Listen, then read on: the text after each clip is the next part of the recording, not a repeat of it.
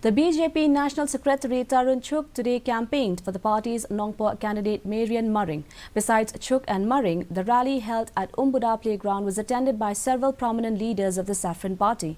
In his address, Chugh appealed to the people of Nongpoh constituency to support the BJP candidate for a change and assured that the party could fulfill the dreams of the people if it comes to power. He highlighted several schemes initiated by BJP-led NDA government at the centre.